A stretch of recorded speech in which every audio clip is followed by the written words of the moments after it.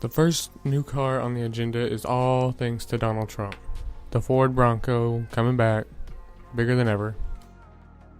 Due to Trump's constant fight with Ford about having so many jobs in Mexico and not enough in America, Ford fought back, showing their massive job growth here in the United States.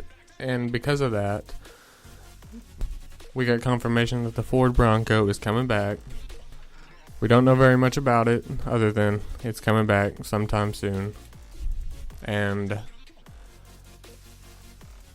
Chairman of UAW, Bill Johnson, said, "We hate to see the products go to Mexico, but the Ranger and the Bronco coming to Michigan Assembly, that absolutely secures the future for our people a lot more than the Focus does." Meaning they're sending production of the Focus and C-Max to Mexico, so they have room for the Ford Ranger and the Ford Bronco coming back to Michigan, which are going to sell way better than the Focus or the C-Max do right now.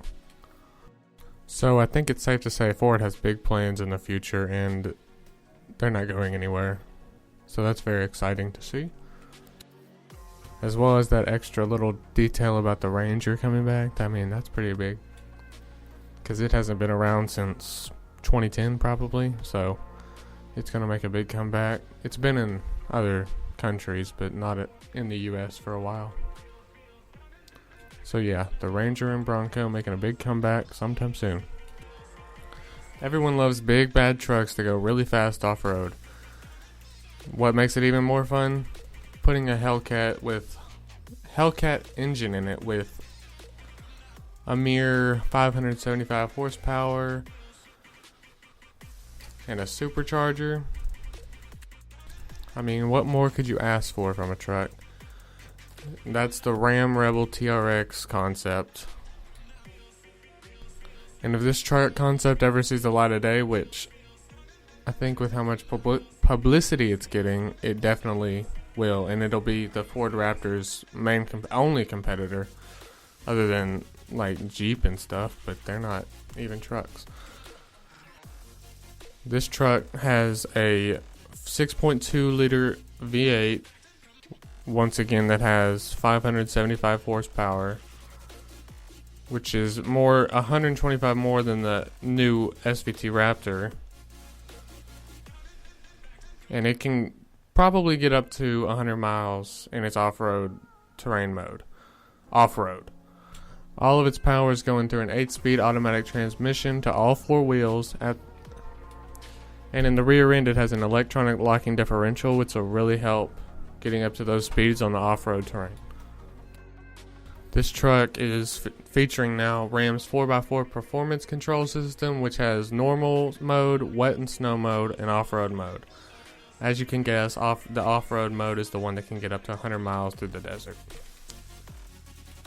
The Rebel has a full 13 inches of suspension travel all around, with massive 37 by 13.5 inch tires, with 6 inch calipers with 15 inch discs at the front and 14 inch discs at the back for the best stopping power.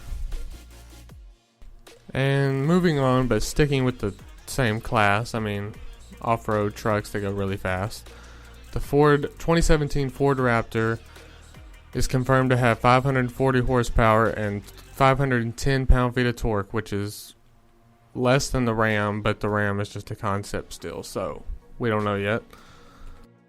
Still, though, very exciting. That 450 horsepower is 39 horsepower more than the last year, and 76 foot-pounds of torque more than last year's. And that's all coming out of a 3.5 liter EcoBoost V6. And even though the last year's truck was a 6.2 liter V8, so it's making more power than a V8, which is a 23% increase in EPA fuel economy, 15 in the city, 18 in the highway, and 16 combined. And that's pretty good for a truck that can go really fast. A truck.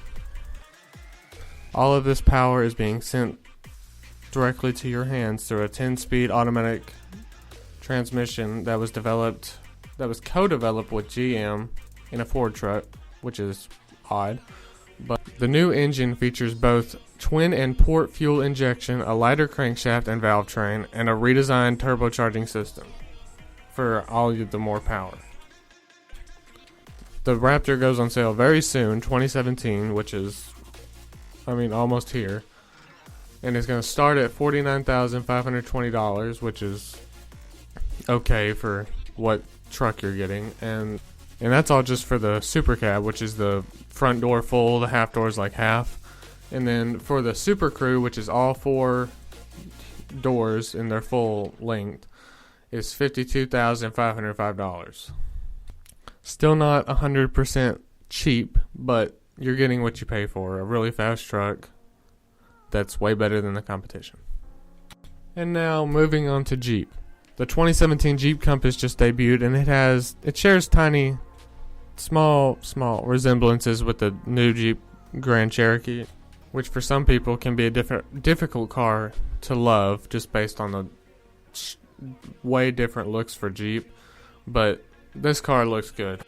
It's primarily based off of the Renegade's platform, just stretched out for the longer car. And as it debuted, they claimed it would offer a 2.0 liter turbo inline-4 or a naturally aspirated 2.4 liter inline-4. Both would be sending their power through a 9-speed automatic transmission, and there is a chance it could have a manual, but they haven't said anything yet. And judging by what we've seen so far, this car is off-road ready. The Trailhawk model is a good bet. And because this car literally just debuted, and it hasn't even been at an auto show or anything, we don't know a whole lot, so anything can be decided at this point. And we leave the whole car up to Jeep's hands, but they'll take care of it.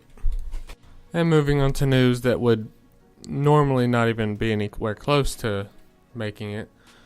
Tesla poaches executives from Daimler, which is a truck company, for electric truck project, like big 18-wheeler truck, electric. You never know. Tesla's been tight with Daimler for at least the past 7 years when Mercedes' parent acquired a stake in the fledgling electric vehicle maker, Tesla.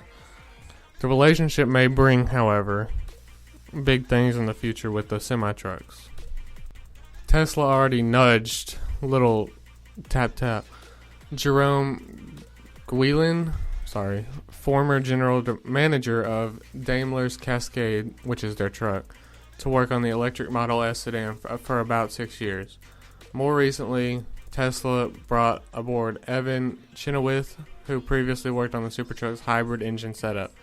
And just last year, Daimler won $20 million in grants from the U.S. Department of Energy for the second phase of the Supertruck project. By pairing an 11-liter diesel engine with an electric motor, the Supertruck was able to achieve fuel economy of 12 miles per gallon equivalent. By Prius standards, that's a gas guzzler, but by heavy-duty truck standards, it's just simply amazing. When this project will start, who knows? It could be just any time. But expect literally big things in the future from Tesla and Daimler. And that's all I have for today. Thank you all for listening, and I'll see you guys next week.